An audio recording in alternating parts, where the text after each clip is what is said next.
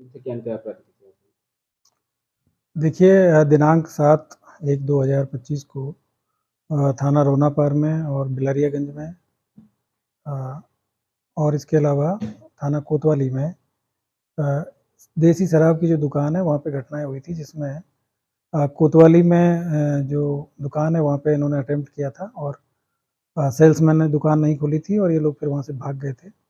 उसके बाद में बिलरियागंज में एक घटना हुई जिसमें कि शराब की दुकान से लोगों ने चोरी किया, जो सीसीटीवी में कवरेज हुआ। और उसी के बाद में रोनापार में ये घटना हुई जिसमें एक शराब की दुकान पे इन लोगों ने सेल्समैन को बाहर बुला के और उसके साथ में मारपीट किया और वहाँ से करीब 3 शराब की पेटी और 45,000 रुपया उससे छीना और उसके बाद में फिर ये लोग भाग गए।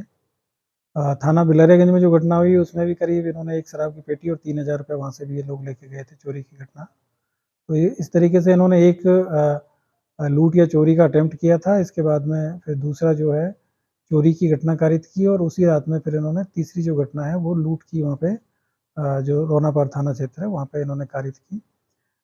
इसी पे एसपी आरए और वहाँ के क्षेत्राधिकारी और थाना प्रभारियों की टीम बना के हम लोगों ने सीसीटीवी और अन्य जो साक्ष्य उसके आधार पे लगातार इनकी निगरानी की जा रही थी। आज रात्रि में एक होंडा अमेज गाड़ी जो कि उस घटना में भी शामिल थी, वो ट्रैक हुई और उसके बाद में उसको रोकने का प्रयास किया गया, जिसमें इनके द्वारा जो पुलिस टीम है उस पर फायर किया गया और उसी पर जवाबी कार्रवाई में एक जो अभियुक्त है संत रंजन, इसके पैर में गोली लगी है और इसके अलावा बाकी इनमें 3 जो साथी हैं उनको गिरफ्तार किया गया। गाड़ी भी इनके पास से बरामद हुई है। इनके पास से 2 315 बोर के जो तमंचे और 2 खोखा कारतूस मिले हैं। एक होंडा अमेज गाड़ी मिली है और करीब उस जो घटना में जो लूटा है वो 22,500 रुपया और 2 मोबाइल इनके पास से बरामद हुए हैं। जो पहले जो अभियुक्त है संत रंजन, ये थाना महाराजगंज के रहने वाले हैं, आजमगढ़ के ही। दूसरे हैं करण यादव, ये भी थाना रोनापार के रहने वाले हैं और सौरभ विश्वकर्मा है, ये भी महाराजगंज के रहने वाले हैं और आकाश पटेल हैं, ये भी थाना महाराजगंज के ही रहने वाले हैं। और ये जानकारी मिल रही है कि इनके साथ में उस दौरान जो पूरे दिन में जो घटना की तो 2 इनके साथी और थे, जो कि कल रात्रि में मतलब रात्रि में जो घटना हुई है उस समय इनके साथ में थे, जो मौके से भागने में सफल हो गए। तो उनकी हम जांच पड़ताल कर रहे हैं कि वो लोग कौन थे।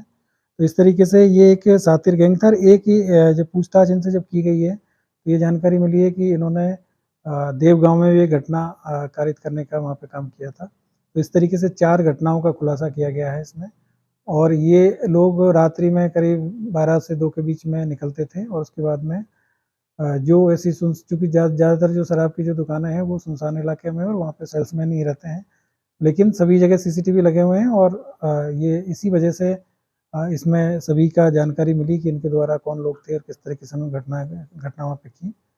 तो इसका शीघ्र इसका खुलासा भी किया गया है और इन लोगों को गिरफ्तार करके जेल भी भेजा जा रहा है और इनके ऊपर गैंगस्टर एक्ट की भी कार्रवाई की जाएगी और इस तरह के जितने भी जो भी अपराधी अगर इस तरह के जो अपराध करेंगे तो उनके खिलाफ पुलिस सख्त से सख्त कार्रवाई करेगी। सर इनका मॉडल क्या था? किस तरीके से वो रेकी करते थे? 4 पहिया वाहन का जिस तरीके से इस्तेमाल करते थे सर पूरी घटना में? देखिए, आप सभी को जानकारी है कि रात्रि में जनरली जो शराब की जो दुकान है, चूँकि माननीय सुप्रीम कोर्ट और हाई कोर्ट के निर्देश के क्रम में रोड से दूर थोड़ी-सी बनाई गई है और लेकिन वहाँ पे सुरक्षा के लिए सीसीटीवी कैमरे भी लगाए गए हैं और हमारी जो रात्रि पेट्रोलिंग गाड़ियाँ हैं, वो भी उनकी देखती हैं। लेकिन वो दूरी होने की वजह से कई बार वहाँ पे ये लोगों को ऐसा लगता है कि वहाँ पे हम घटना करेंगे तो पकड़े नहीं जाएँगे, लेकिन ऐसा है नहीं। अगर इस तरह की कोई घटनाएँ होंगी तो वो निश्चित तौर पे पकड़े जाएँगे। पहले कुछ लोगों ने जहानागंज में भी 2 घटनाएँ यहाँ पे कारित करने का प्रयास किया था, उन लोगों को भी गिरफ्तार करके जेल भेजा गया था और अभी इन लोगों ने ये घटनाएँ की हैं और इनको भी हमने बहुत जल्दी इनको गिरफ्तार किया है और इनके खिलाफ सख्त कार्रवाई भी आगे की जाएगी और इनमें 14 एक गैंगस्टर की कार्रवाई भी की जाएगी। लूट की घटना जो कारित की है, जितने गैंग जगह-जगह लूट हुई, सब इंटरकनेक्ट था और क्या भी इनका क्या आपराधिक इतिहास था, पहले भी रहा है? 2 लोग इसमें से एक 3/25 में और एक 308 के जेल में जो संतरंजन है वो जेल गए हैं और जो दूसरे जो अभियुक्त हैं वो भी 323 में और इसके अलावा पोक्सो एक्ट में जेल गए हैं। बाकी जो 2 लोग हैं उनके विरुद्ध कोई अभी तक आपराधिक इतिहास नहीं मिला है और इसकी भी जाँच की जा रही है।